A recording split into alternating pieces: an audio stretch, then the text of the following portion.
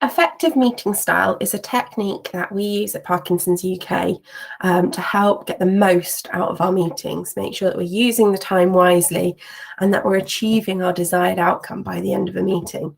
It's a fantastic thing for volunteers to use as well at their local group meetings.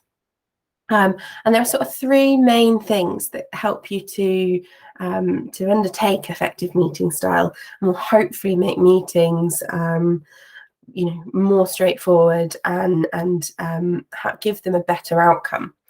So the first thing is about being clear about the desired outcome of each agenda item. What do you want to achieve by discussing that? What do you want to come to an agreement? Do you want to get to a point of someone taking an action forward? What is it you want to achieve? And by doing that, it helps to focus the conversation, and it's really good to help individuals to think about what they're going to say, to ask themselves that question: what I want to say here, is it going to help us get to that desired outcome, or is it sort of a sideline? Is it something that's a bit, it's not quite to do with the topic? It also helps give the chair permission to really focus it and pull it back if things are going off topic. That's not a personal thing. The chair, by being clear about that, the chair can do that and say, it's not that what you're saying isn't important. It's, that we're focusing on this topic in hand.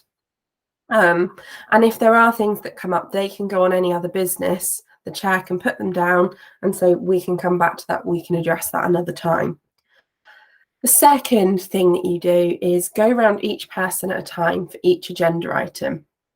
This helps to ensure that everyone has an input and no voices are lost. Make sure that those louder people in a meeting don't overwhelm it and take up all the time. And those that are perhaps quieter and can't naturally sort of jump in and have their say, get that opportunity to do so. Once everyone has had an input and you've heard each other's thoughts, you can then open it up for discussion. And it's okay if you don't have something to say to go, actually, I agree with everything that's been said, or I have nothing to add. But don't forget what you want to achieve and try to keep to the point, as we said in the first tip there.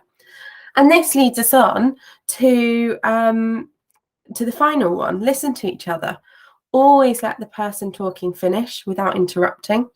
By going round, make notes if you have questions, and then when it comes back to your turn or comes to your turn, you can pick them up there. But it's not about sort of jumping from person to person. Listen to each other, make sure everyone is heard, and then open it up with your questions and sort of talk about it more widely. You might find by doing that, actually, you come to a consensus quite quickly. Whereas when everyone's jumping in and out, things can move around and get off topic quite quickly.